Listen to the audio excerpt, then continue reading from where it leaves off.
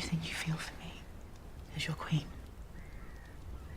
Hello, welcome back to another episode. Watch out, spoilers ahead. The Green Council, Episode 9 of House of the Dragon, begins quietly enough as we see the members of the tiny council meeting to examine the discovery that Alicent heard Viserys' deathbed request that Aegon succeed him as Lord of the Seven Kingdoms. Lyman Beastbury, Lord of Honeyholt, a lifelong close ally of King Jaehaerys and King Viserys, immediately protests the legality of Alicent's claim, calling it seizure, theft, and equal to treason. His outburst is met with a fast death at the hands of Sir Criston Cole, who thrusts his head so firmly into the table that he dies instantly from blunt force trauma. It's not clear if his actions were meant to just stop Lord Beastbury from moving or to kill him, but it is clear that Criston has a lot of anger issues. This is likely because he is falling in love with Alicent but can't act on it because he took an oath to be chaste as a knight of the Kingsguard. Sir Criston's fiery temper got the best of him during Rhaenyra and Laena's wedding, when he made light work of Sir Joffrey Lonmouth over nothing more than a barbed joke about his relationship with Rhaenyra. And now, 15 years later, he is in a similar position to what he was previously, only his affections have shifted to Alicent.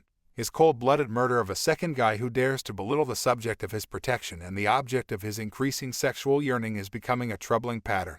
It begs the question of whether he is psychologically fit for his role as the Queen's sworn protector. Regardless of his mental state, his allegiance may be just what Alicent needs as she fights to boost her son's claim to the throne above Rhaenyra's. Is Criston Cole in a relationship with Alicent? Soon after the murder, Alicent asks Criston to find Aegon so that he might be present to fulfill her late husband's desires and fill the hole as king. She utilizes his emotions to accomplish her purpose, telling Criston that Aegon must be found quickly and that the fate of the Seven Kingdoms depends on it. She reminds him softly, everything you feel for me, as your queen, should be put to his search for her son. He promises her that he will not disappoint her as Alicent nudges her guardian even closer in an erotic manner, implying that if he is truly loyal to her, he will do as she demands. Given how long she has relied on him and how long he has secretly admired her, it would not be surprising if the two developed feelings for one another. They've also grown close because of their hate for Rhaenyra, who turned down Criston's offer to accompany her to Essos. Let's not forget that Criston wanted to kill himself because she loved someone who didn't love him back.